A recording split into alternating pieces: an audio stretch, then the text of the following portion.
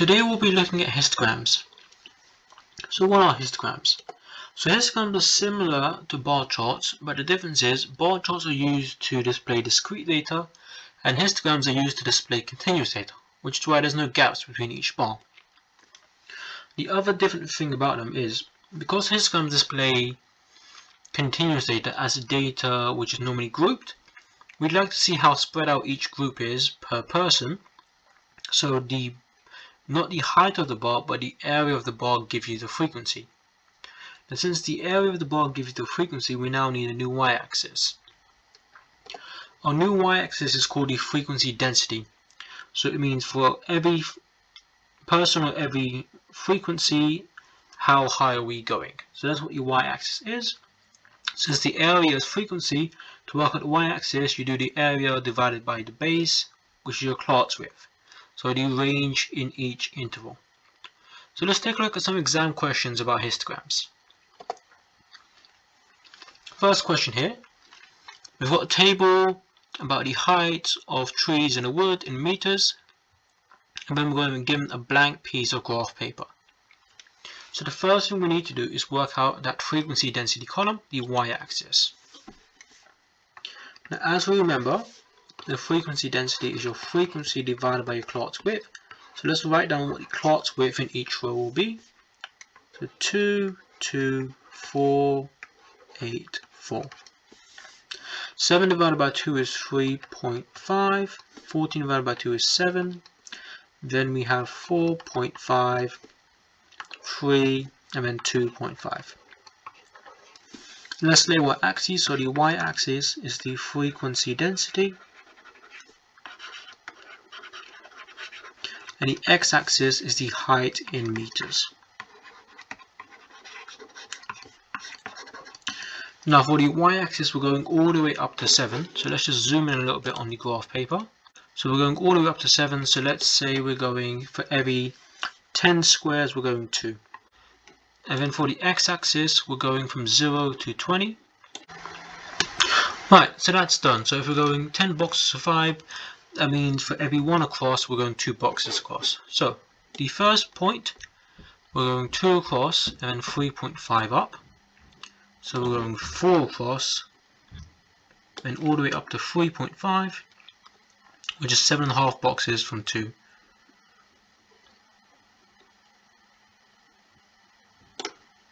And that's the first one done. Next, 2 to 4 we're going up to 7.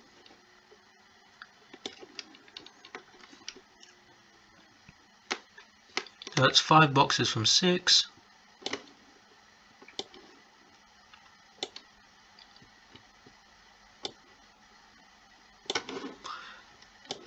Next, for 4 to 8 we're going up to 4.5.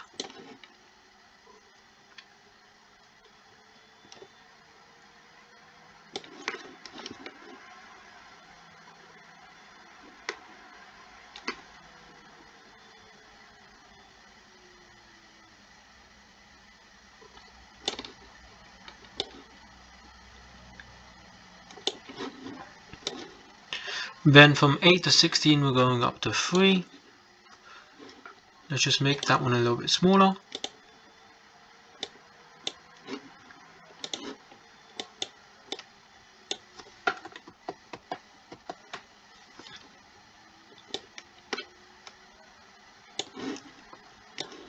Then from 8 to 16 we're going up to 3.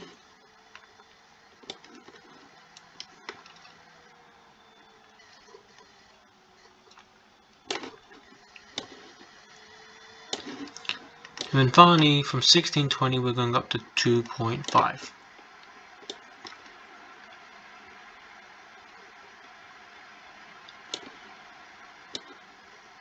And then final thing, let's just shade all of those in. And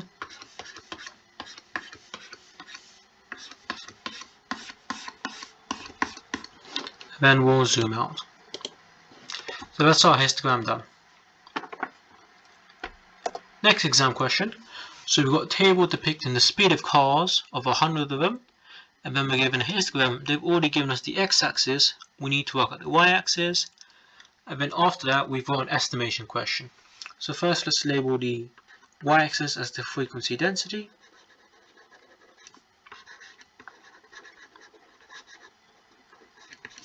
and we'll add the FD column, and then let's zoom in and fill that out.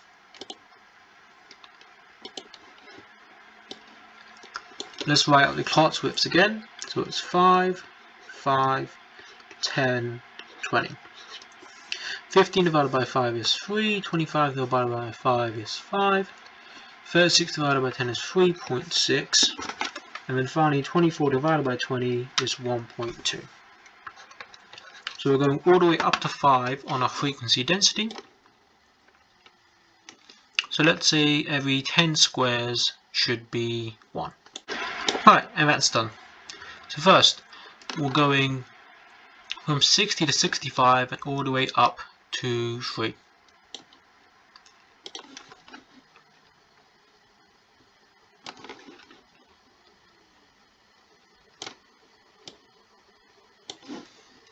Next, 65 to 70, we're going up to 5.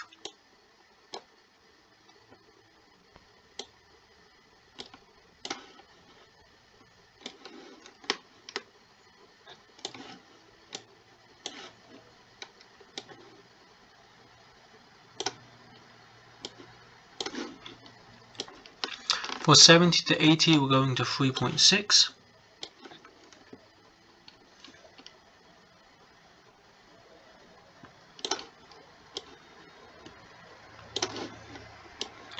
For 80 to 100, we're going to 1.2.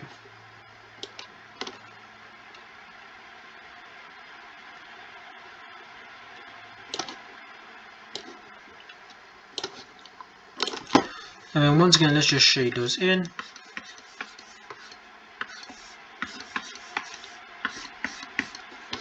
And then let's just zoom out. So that's done. The second part of the question: work out an estimate for the number of cars with a speed of more than 85. So if we zoom in, 85 is on the last bar, about halfway between 80 and 90, so here. So we want the fraction of cars that are more than 85, which is this black box here. Now the whole box represents 24 in the frequency column, but if we want more than 85, we want 3/4 of that box, since it's 15 up to 20. So we want 3/4 of 24, which is going to give me 18. And that will be our answer there. The reason we can do this is when you have a bar and a histogram, it's proportional no matter how many times you split it, so you can estimate questions like this using the bar and splitting it. Next question. We're given information about the weight of 60 pigs. We're going to draw a histogram and then we're going to work out the median. So once again, let's have our FD column work out the clot widths. So 15, 10, 5, 20. 9 divided by 15 is 0.6. And this is 1.6. 5 and then 0.5. So we go from 60 to 110 on our weight. So first let's label the x-axis as weight, and then we're going from 60 all the way to 110. And the frequency density, we need to go all the way up to 5. So let's label that.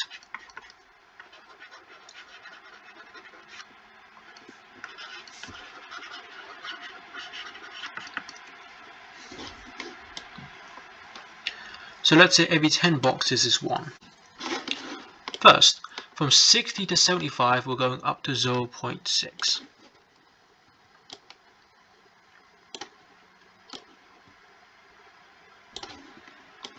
From 75 to 85, it's 1.6.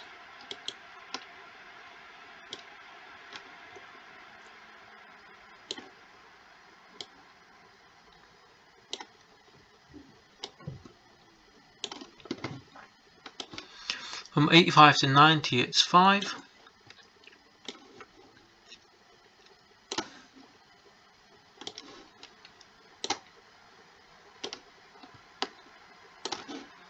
And from 90 to 110 it's 0.5.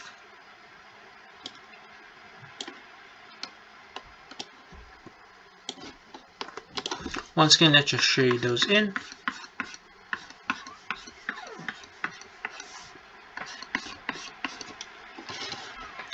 Now, second part, work out an estimate for the median. Since we're estimating, so similar to a cumulative frequency graph, you just do n over 2 to work out where the median is. Now the question tells me there are 60 pigs, so 60 divided by 2, we're looking for the 30th data point. So let's add a CF column on our table to work out where that might be. So 9, 25, 50, 60. So the 30th one is going to be in this third row here, between 85 and 90. So between 85 and 90, there are 25 people. We want to get to the 30th one, which is just 5 more than 25, which was in the previous one. Now, if the 30th person is 5 more, and the whole frequency in that interval is 25, we're only going to be going a fifth of the way between 85 and 90. So, since 85 to 90 covers 5 weights, 85, 86, 87, 88, 89, and so on, the median is just going to be 1 more than 85, which is 86. Once again, the reason why this is, everything before 85 represents 25 people. We want to get the 30th person, so we want 5 more. Since the 85 to 90 range represents 25, we only want to be going a fifth across, and a fifth across is at 86. That's the value of our median there. Final question. We're given a time for some people taken to run a 100-meter race, and then we're going to use that table. Let's just zoom out a little bit to complete the histogram, and use the histogram to complete the table. So this is a very common GCSE question where parts of the table and histogram are completed, and you use each other to complete the whole thing. So first thing, use the table to complete the histogram. So first, let's label our frequency density over here.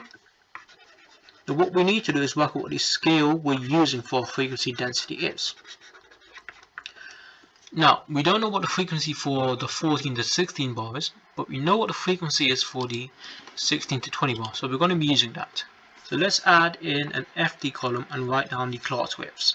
It's 2, 1, 1, 2, 4.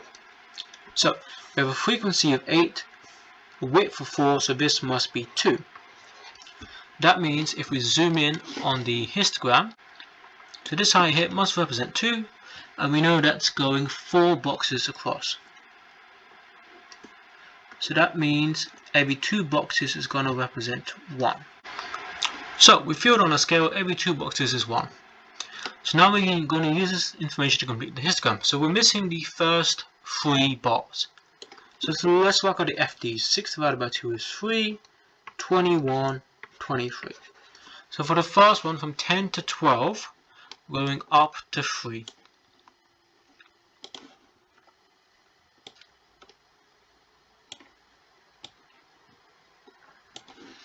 Then from 12 to 13, we're going up to 21.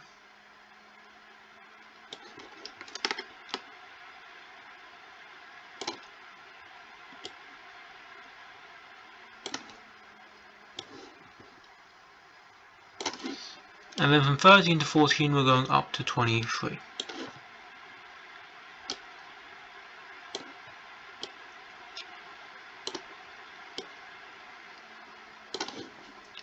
And then let's just shade those in.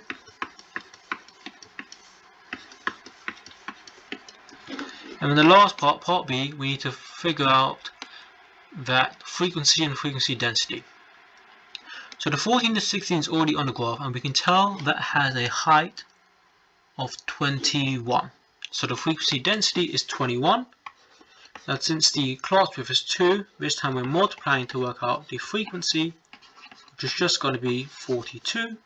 So then the frequency is going to be 42. And then that's complete. So we use both the histogram and the table to complete each other. Let's just zoom out of that. And that's the question completed there.